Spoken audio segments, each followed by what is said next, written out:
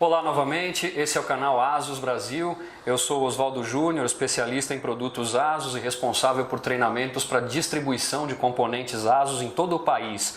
Retomando nossas conversas sobre motherboards, hoje nós vamos falar sobre as placas H81MA e H81MC, que são as placas de entrada da ASUS para a plataforma de soquete 1150. Essas são as primeiras opções para processadores derivados da arquitetura de quarta geração da Intel, ok? É importante lembrar que quando nós falamos das placas básicas para processadores de terceira geração, essas placas são baseadas em chipset H61. Né? Vocês lembram? Soquete 1155, H61. Quando nós partimos para a quarta geração, nós temos as placas básicas com chipset H81. Esse chipset, apesar de básico, é mais novo, ele traz uma série de tecnologias que não estão presentes nas placas com chipset H61, ok? Então, falando sobre esses modelos específicos, sobre a placa H81MA, essa é a mais sofisticada das duas, né, que tem um conjunto um pouco mais elaborado. Alguns pontos importantes que vale lembrar: essa placa tem duas portas USB 3, ela tem a pinagem para que se adicione mais 4 portas USB 2 que podem ser usadas como portas frontais, e na parte traseira da placa, além das duas portas USB 3, ela tem mais 4 portas USB 2. Então pode-se chegar a ter até 8 portas USB nessa placa-mãe, ok? Que mais? Ela tem duas portas SATA 3, duas portas de 6 gigabits e duas portas SATA 2 de 3 gigabits. Ela tem um slot PCI Express X16 2.0, por que não PCI Express 3.0? Essa é uma característica do chipset. Como esse é um chipset de entrada, como essa é uma placa básica, ela não disponibiliza o PCI Express 3.0, somente em placas baseadas em chipsets mais sofisticados, ok? O que mais? Essa placa tem um capricho que tipicamente nós encontramos em placas mais caras, em placas mais elaboradas da ASUS. É algo muito interessante. Ela conta com um conjunto de características chamado 5 Times Protection. O que é o 5 Times Protection? São 5 características que a ASUS adota na placa para entregar uma placa de melhor qualidade, uma placa mais caprichada, com uma construção melhor. Rapidamente, quais são os recursos que compõem o 5 Times Protection? São o regulador de voltagem digital, chamado DigiPlus VRM. Quando eu falo de regulador de voltagem digital, de repente isso soa muito técnico para alguns. Traduzindo isso, é só lembrarmos o seguinte: o regulador de voltagem é o componente na placa que dá energia para o processador. Inclusive o regulador digital dessa placa tem 3 mais 1 fases, 3 fases para o processador, uma fase para as memórias. Bom, traduzindo a questão do regulador digital, pensem na seguinte ideia: uma vez que os componentes que dão energia para o processador adotam um projeto digital, chega para o processador um sinal elétrico mais limpo, um sinal elétrico mais estável.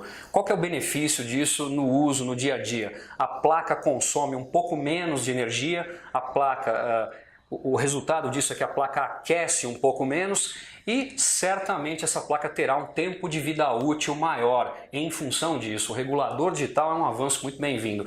Geralmente nós encontrávamos isso até pouco tempo em placas mais sofisticadas, em placas mais caras. Mais recentemente a ASUS passou a disponibilizar esse detalhe também em algumas das placas de entrada.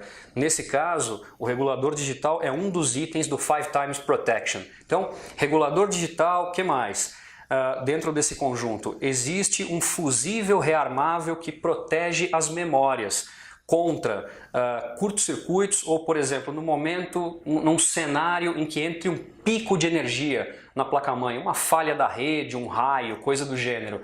No momento em que esse pico de energia entra na placa, esse fusível desarma e não permite que as memórias sejam danificadas. Caso se cometa um erro de montagem, as memórias fiquem mal encaixadas e isso leve a um curto, também o fusível desarma e protege as memórias, não deixa que as memórias sejam danificadas. Então, regulador de voltagem, proteção para as memórias. Todos os capacitores dessa placa são capacitores sólidos, que têm um tempo de vida útil muito maior do que os capacitores tradicionais, suportam temperaturas de operação muito maiores o espelho traseiro, aquela lâmina metálica que vai atrás do gabinete, nas placas que tem o 5 times protection, ele é construído de aço inoxidável e essa placa também tem proteção contra descarga eletrostática para proteger as portas atrás da placa.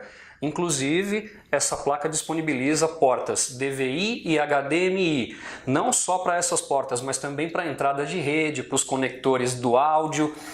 Existem na placa uma série de circuitos atrás das portas que puxam uma eventual descarga eletrostática e não deixem que as portas queimem. Por exemplo, aquelas histórias que nós ouvimos de que alguém espetou um pendrive numa porta USB e por alguma razão a porta queimou. Muitas vezes o usuário não faz ideia do que aconteceu, mas foi uma descarga eletrostática que levou a isso.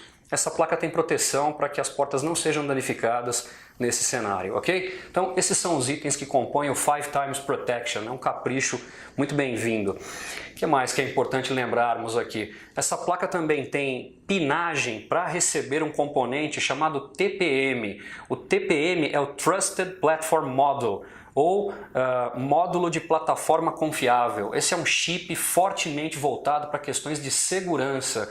Aqui no Brasil, vende-se bastante placa-mãe com o TPM para bancos, instituições financeiras, governo procura muito isso em licitações. O que esse chip faz? Uma vez que você tenha software capaz de usá-lo no PC, esse chip cria uma área protegida, ok, por criptografia forte, onde são manipulados as suas chaves criptográficas, os seus certificados digitais e as suas senhas. O TPM é algo muito importante para essas empresas que eu mencionei. E não só elas têm se interessado pelo TPM nos últimos tempos. Tem surgido empresas também de menor porte perguntando pelo TPM. Ok? Então, além desses itens que eu mencionei, existe um outro ponto que é muito interessante. Eu tenho certeza que esse é um dos pontos que mais vai chamar a atenção com relação à H81MA. Essa placa faz parte de um grupo que oferece agora, né, a ASUS começou esse trabalho há pouco tempo, ela disponibilizou placas básicas que oferecem a possibilidade de overclock. Okay? O nome dessa iniciativa é Mainstream Overclock. O que eu quero dizer com isso? Quando eu falo mainstream são as placas de volume, as placas medianas que vendem bastante. Não me refiro a placas super caras voltadas para nichos específicos, placas de volume. Então, Mainstream Overclock. Eu tenho certeza que muitos de vocês estão acostumados a associar overclock a placas como a Z97M Plus, sobre a qual nós falamos recentemente aqui no canal ASUS. Geralmente overclock está disponível em placas baseadas em chipsets Z97, mais recentemente agora no X99, são essas tipicamente as placas voltadas para os entusiastas de overclock. Porém, reparem, essa placa oferece a possibilidade de overclock somente alterando-se os multiplicadores do processador. Como ela é uma placa básica, ela não me dá recursos para alterar o base clock, a frequência base, aquele sinal BCLK lá no BIOS, por exemplo. Okay? Eu não altero a frequência base, que é uma coisa que existe nas placas Z, nas placas X99. Aqui eu só altero o multiplicador do processador. Ok, apesar de eu ter essa limitação, uma coisa que é muito impressionante, aqui no laboratório da ASUS, o Gilberto Takatsu, que é o nosso especialista, muito mais técnico, né, realmente de alto nível, ele teve a oportunidade de fazer um teste nessa placa com o processador Pentium G3258. Muito rapidamente, para quem não conhece o Pentium G3258, recomendo, pesquisem. É um processador que é possível comprar na ponta como consumidor final a menos de R$250 hoje. Ele é uma edição de aniversário do Pentium. A Intel chama ele de edição de 20 anos, né? Edição de aniversário de 20 anos do processador Pentium G3258. Ele é o único Pentium na história que tem os multiplicadores destravados. É possível fazer overclock com esse Pentium. Um conjunto barato, com por exemplo a H81MA e um Pentium G3258. Em laboratório, como eu disse, o Gilberto Takatsu foi capaz de levar esse processador a 4.6 GHz absolutamente estável, sem a necessidade de cooler de refrigeração líquida ou de coolers realmente ultra sofisticados. Obviamente usou-se um cooler a ar caprichado, um cooler preparado para processadores puxando correntes altas em overclock, dissipando muito calor, ok? Um outro detalhezinho técnico, como esse processador Pentium G3258 tem um TDP baixo de só 53 watts, enquanto, por exemplo, um Core i7 4790K tem um TDP de 88 watts, reparem que o Pentium tem um pico de consumo que é quase a metade desse valor. Foi possível levá-lo nessa placa, ok, a 4.6 GHz. Nós não recomendamos um overclock numa placa como essa com um Core i7 4790K. Como ele é um processador de 4 núcleos e certamente vai puxar uma corrente muito alta no overclock, e essa placa tem um regulador de voltagem com 3 fases para o processador, nós acreditamos que para o Core i7 é preciso uma placa mais elaborada, uma placa mais sofisticada. Porém, com o Pentium G3258 tenho certeza que os resultados vão surpreender muita gente, certo? Então essa é a H81MA. Passando para a H81MC. Essa já é uma placa associada tipicamente a projetos de automação comercial.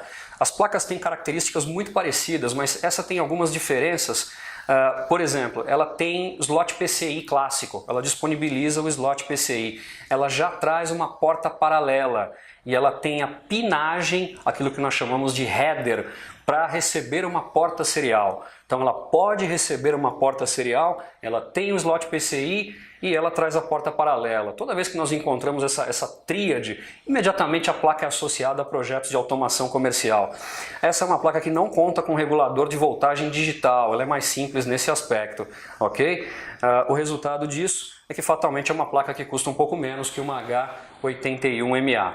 De resto, o mesmo número de portas da H81MA quando eu falo de portas SATA e porta USB. São duas USB 3 até 8 portas USB 2, duas SATAs de 6 gigabits, duas portas SATA 2 de 3 gigabits. Certo? Também o PCI Express X16 2.0 para adição de uma placa de vídeo, em ambos os casos. Vocês lembrem que a H81MA, além dessas características quanto a USB, SATA, PCI Express, ela tem o DVI, o HDMI, tem o 5 times Protection, e é uma placa melhor desenhada para essa questão do mainstream overclock, a possibilidade de se fazer overclock, por exemplo, com o Pentium G3258, que é o conjunto que eu realmente recomendo.